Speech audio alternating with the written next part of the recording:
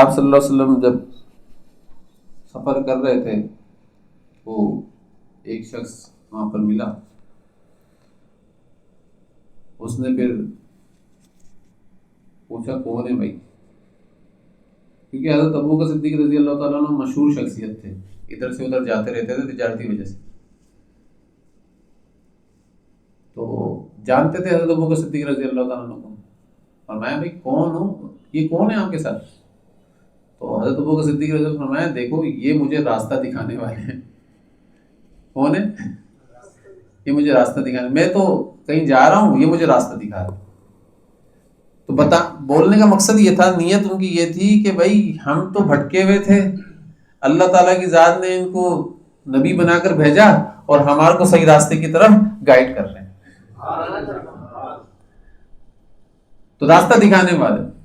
تو کسی نے جا کر سراقہ بن مالک کو بتا دی، کیونکہ آپ صلی اللہ علیہ وسلم کے لیے عرب کے کافروں نے 100 اونٹوں کی انعام رکھا تھا، 100 اونٹوں کا، کہ کوئی ان کو زندہ یا قتل کر دے گا اس کو 100 اونٹوں کا انعام ملے گا.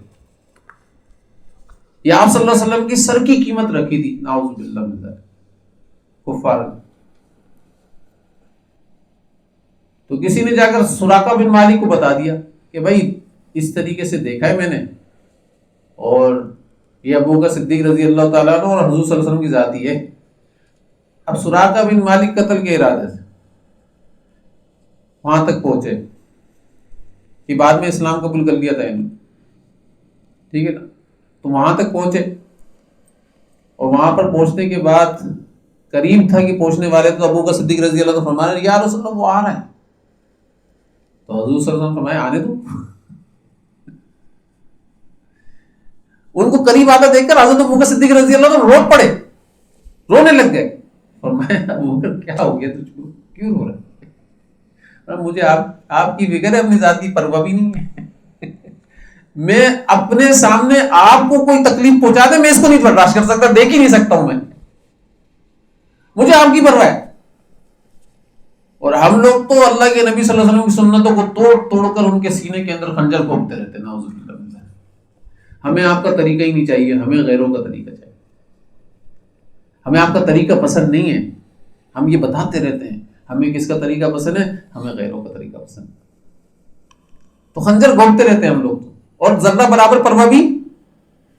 احساس مر گئے، احساس مرتے جا رہے.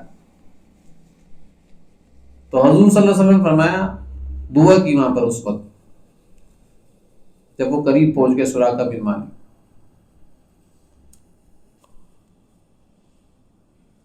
تو ان کا گھوڑا پیٹھ تک زمین کے اندر چلا گیا.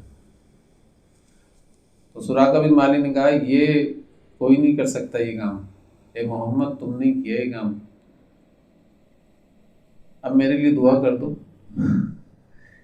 کہ میں اس آفت سے نجات پا جاؤں اور میں اپنی قوم میں واپس چلا جاؤں. اور میں تم سے وعدہ کرتا ہوں کہ کوئی تمہارے بارے میں مجھ سے پوچھے گا تو میں اس کو غلط گائیڈ کر دوں گا، بتاؤں گا نہیں، بتاؤں گا نہیں. آپ بس مجھے اس آفت سے نکلوا دیجیے.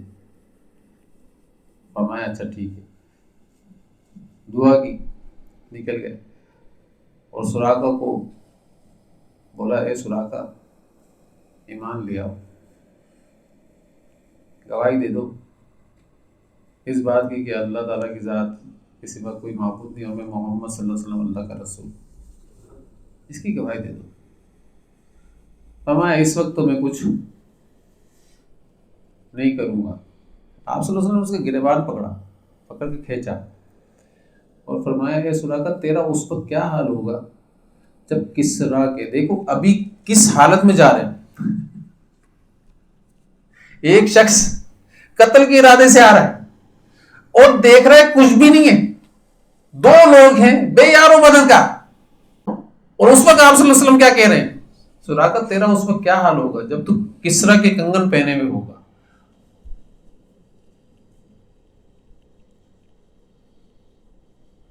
اور کسرا کو فتح کرنے والوں میں سراقہ تو بھی ہوگا. مطلب ایمان کا خوشخبری بھی سنا دی، تو مسلمان ہو جائے گا بعد میں، تو فکر نہیں کر، تو کتنا بھی بھاگ جا. اس وقت تو میری بات مانے نہ مانے، لیکن بعد میں تو مسلمان ضرور ہوگا،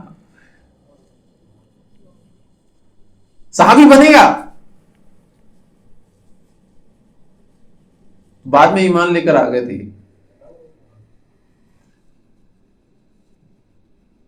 اور جب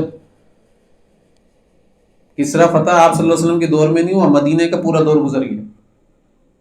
یقین ایسا ہوتا تھا بھئی سراقہ بن مالک زندہ رہیں گے، کسرا کے کنگن پہنیں گے، یہ یقین ہے نہیں ہے؟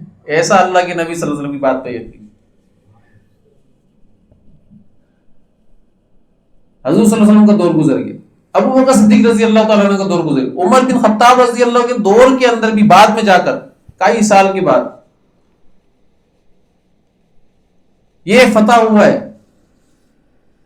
اور کسرا کا جو سارا خزانہ تھا وہ مسجد نبوی میں بکھرا پڑا تھا، اور کسرا کے کنگن مسجد نبوی میں بکھرے پڑے تھے. عمر بن خطاب رضی اللہ تعالیٰ نے اٹھائے کنگن اور سراقہ بن مالک کی طرف پھینکے، فرمایا سراقہ آج اللہ کے نبی صلی اللہ علیہ وسلم کی بات کو بھی پورا کر کر دکھا اس دن کی بات کو. سمجھ گئے میری بات کو؟ دیکھو کیسے یقین ہوتا تھا. میرا اور آپ کا معاملہ بھی اگر یقین کے معاملے میں اللہ کے نبی صلی اللہ علیہ وسلم کی بات کے اوپر ایسے ہی آ جائے، ایسے ہی آ جائے کہ جس چیز سے روک دیا اس چیز سے رک جائیں، جس چیز سے منع کر دیا اس چیز سے منع ہو جائیں، اور جس چیز کا بول دیا اس چیز کو کرنے میں لگ جائیں، اور فائدہ ہی فائدہ ہے ہمارا. سوچ لیں کہ اللہ کے نبی صلی اللہ علیہ وسلم کی زبان مبارک پر یہ بات ہے، تو آپ یقین جانیں اللہ تعالیٰ کی ذات ان کی زبان مبارک پر مل جائے گی. عمل کر کر دیکھ لو آپ.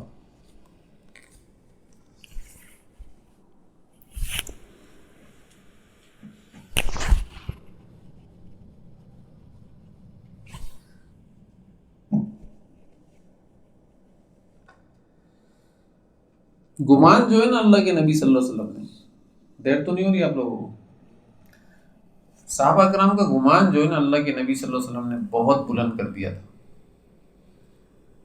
اور بتا دیا تھا اللہ کے نبی صلی اللہ علیہ وسلم نے جبرائیل علیہ السلام اللہ تعالیٰ کی ذات کی سب سے بڑی مخلوق، جبرائیل علیہ السلام اس سے بڑی مخلوق اللہ نے نہیں بنائی. طاقت کے اعتبار سے بھی اللہ نے ان سے زیادہ طاقت کسی مخلوق کو نہیں دی. جبرائیل علیہ السلام فرشتوں میں سب سے زیادہ طاقتور ہے، وہ 4 جو فرشتے نا ان سے بھی سب سے زیادہ طاقتور ہے جبرائیل علیہ السلام.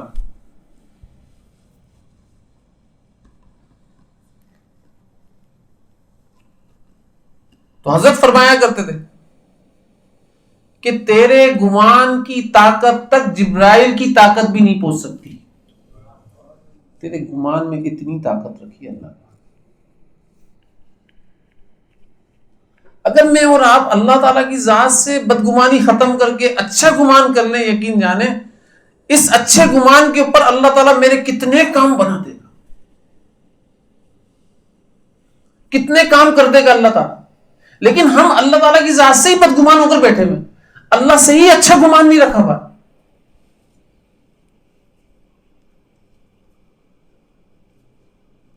کوئی ہم سے آ کر کہہ دینا کہ بھائی آپ اس چیز کو ہم کر نہیں سکتے کیونکہ اس کا سبب نظر نہیں آ رہا کرنے کا، تو سبب کے اوپر سے نظر ہٹتے ہی ہم سمجھتے ہیں کہ اب یہ کام نہیں ہو سکتا کیونکہ ہماری گمان اور ہماری نگاہ اللہ کی ذات کے اوپر نہیں لگی. لیکن صحابہ کرام رضوان اللہ علیہ اجمعین کو آ کر کوئی بتاتا بھی تھا نا کہ بھائی ایسا ہو رہا ہے، میں نے خود نے اپنی آنکھوں سے دیکھا ہے، فرمایا نہیں ہو ہی نہیں سکتا، میرا گمان اللہ کے نبی صلی اللہ علیہ وسلم نے بنایا ہی نہیں ایسا. مطلب خود اللہ تعالیٰ فرما رہے ہیں تو پڑھ لے، پڑھنے کے بعد مجھے نقصان پہنچے، ایسا نہیں ہو سکتا ہے. وہ ابو درداء رضی اللہ تعالیٰ کو فرما رہے تمہارا مکان جل رہا ہے، میں خود دیکھ کر آیا ہوں، 3 دفعہ آ کر فرمایا میں خود دیکھ کر آیا ہوں بھائی مکان جل رہا ہے. نہیں جل سکتا، جل ہی نہیں سکتا. کیوں؟ کیونکہ میں نے وہ دعا پڑھ لی جو اللہ کے نبی صلی اللہ علیہ وسلم نے فرمائی تھی کہ بھائی جو یہ دعا پڑھ لے گا صبح اور جو یہ دعا پڑھ لے گا شام کو، تو صبح پڑھ لے گا شام تک اللہ تعالیٰ کی حفاظت میں اس کا گھر، اس کے گھر والے اور یہ خود ہوگا، اور شام کو پڑھ لے گا صبح تک اللہ تعالیٰ کی حفاظت میں ہوگا. تو بھائی میں وہ دعا پڑھ چکا ہوں اور اللہ کے نبی صلی اللہ علیہ وسلم کی زبان سے میں نے خود نے سنا یہ بات، تو ایسا نہیں ہو سکتا. خود تو ہمارا اس بات پر یقین بنائیں دعا کے اوپر, اور جب ہم پڑھ لیں اس کے بعد نقصان ہو جائے, ایسا نہیں ہو سکتا ہے, ایسا کبھی بھی نہیں ہو سکتا. میں اور آپ پڑھ کر تو دیکھیں, لیکن ہم نے اللہ کے نبی صلی اللہ علیہ وسلم کی دعاؤں کو کچھ سمجھا ہی نہیں. عاملوں کے عمل کو بہت بڑا سمجھا ہے. وہ 10 گھنٹے تک ایک وظیفہ کروائے گا, ہاں وظیفہ کر, 1100 دفعہ تو نے یا مغنیوں پڑھنا ہے. کیوں پڑھنا ہے؟ تیری دکان کے اوپر کسی کا قبضہ ہو گیا ہے, اگر تو رزق میں برکتیں چاہتا ہے 1100 دفعہ یا مغنیوں روزانہ پڑھے گا, تالے کے اوپر دم کرے گا جا کر, پھر دکان کا تالا کھولیو کر کے, پھر دیکھ کیسے کہا کھاتے ہیں.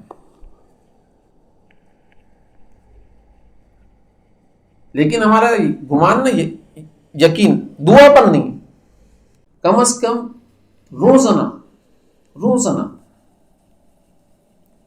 چاہے 5 منٹ کر کرو یا 10 منٹ کر کرو, لیکن کم از کم آدھے گھنٹے اللہ کے سامنے ہاتھ پھیلا کر رکھو اور صرف اللہ تعالیٰ کی ذات سے اللہ کی ذات کو مانگو اور اللہ کے رسول صلی اللہ علیہ وسلم کی حیات طیبہ کو مانگو بس,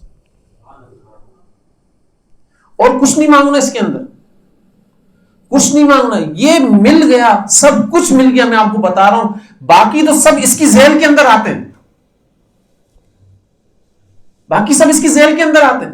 آپ نے صرف یہ 2 ذاتوں کو مانگنا, اللہ کی ذات کو اور رسول صلی اللہ علیہ وسلم کی حیات طیبہ. 5 منٹ دعا کرو, پھر 5 منٹ کرو, پھر 5 منٹ کرو, اس طریقے سے آدھے گھنٹے, یا ایک بندہ آدھے گھنٹے تک ہی بیٹھ جائے ایک ہی وقت کے اندر, لیکن بیٹھ کر آدھے گھنٹے تک اللہ تعالیٰ کی ذات کی بارگاہ کے اندر دعا مانگتا رہے. یہ دعا میرا اور آپ کا تعلق اللہ کی ذات سے بحال کر کر رکھے گی. میرا اور آپ کا تعلق ٹوٹ گیا ہے, ہم دعا نہیں مانگتے, ہم اس کو دعا سمجھ لیتے ہیں. میں بیٹھا ہوں یہاں پر, اے اللہ میرے ساتھ وہ کر دے. ارے بھائی یہ ٹھیک ہے, لیکن بھائی ایسے موقع پر حیت بنا کر اہتمام کے ساتھ بیٹھنا اور اہتمام کے ساتھ اللہ تعالیٰ کی ذات سے رابطہ جوڑ لینا, یہ الگ چیز ہوتی ہے, یہ الگ حیثیت رکھتی ہے.